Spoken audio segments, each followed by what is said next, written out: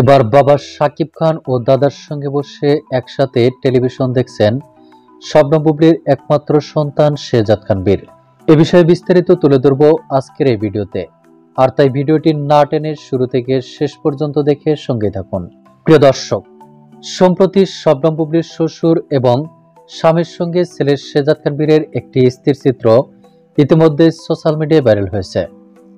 ছবিটি নেট মাধ্যমে প্রকাশের সঙ্গে সঙ্গে নেটাগরিকরা হুমড়ি খেয়ে পড়েছেন। ছবিটিতে দেখা যাচ্ছে দাদা এবং বাবার সঙ্গে বসে একসঙ্গে টেলিভিশন দেখছেন ছেলে শেহজাদ খান বীর।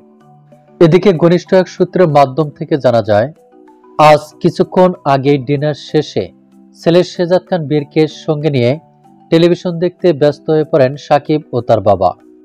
বাবা ও দাদার সঙ্গে ছেলে শেহজাদ খান বীরও টেলিভিশনের দিকে তাকিয়ে আছেন। সে সময় সাকিবের হাতে টেলিভিশনের রিমোটও দেখা যায়। তবে বাবা ও দাদার সঙ্গে ছেলে শেহজাদ খান বীরকে বেশ দুর্দান্ত লুকেই দেখা যাচ্ছিল। আর তাই সাকিব খান ও তার বাবার সঙ্গে ছেলে শেহজাদ খান বীরের এমন লোক দেখে রীতিমতো অবাক হয়েছেন সকল ভক্ত দর্শক ও শুভাকাঙ্ক্ষীরা। তো প্রিয় দর্শক, ছেলে শেহজাদ খান বীরের সঙ্গে সাকিব ও তার বাবার খুনসুটি মুহূর্ত নিয়ে আপনার কি মন্তব্য, তা আপনার ধারণা মোতাবেক কমেন্ট করে জানিয়ে দিন নিচের কমেন্ট বক্সে।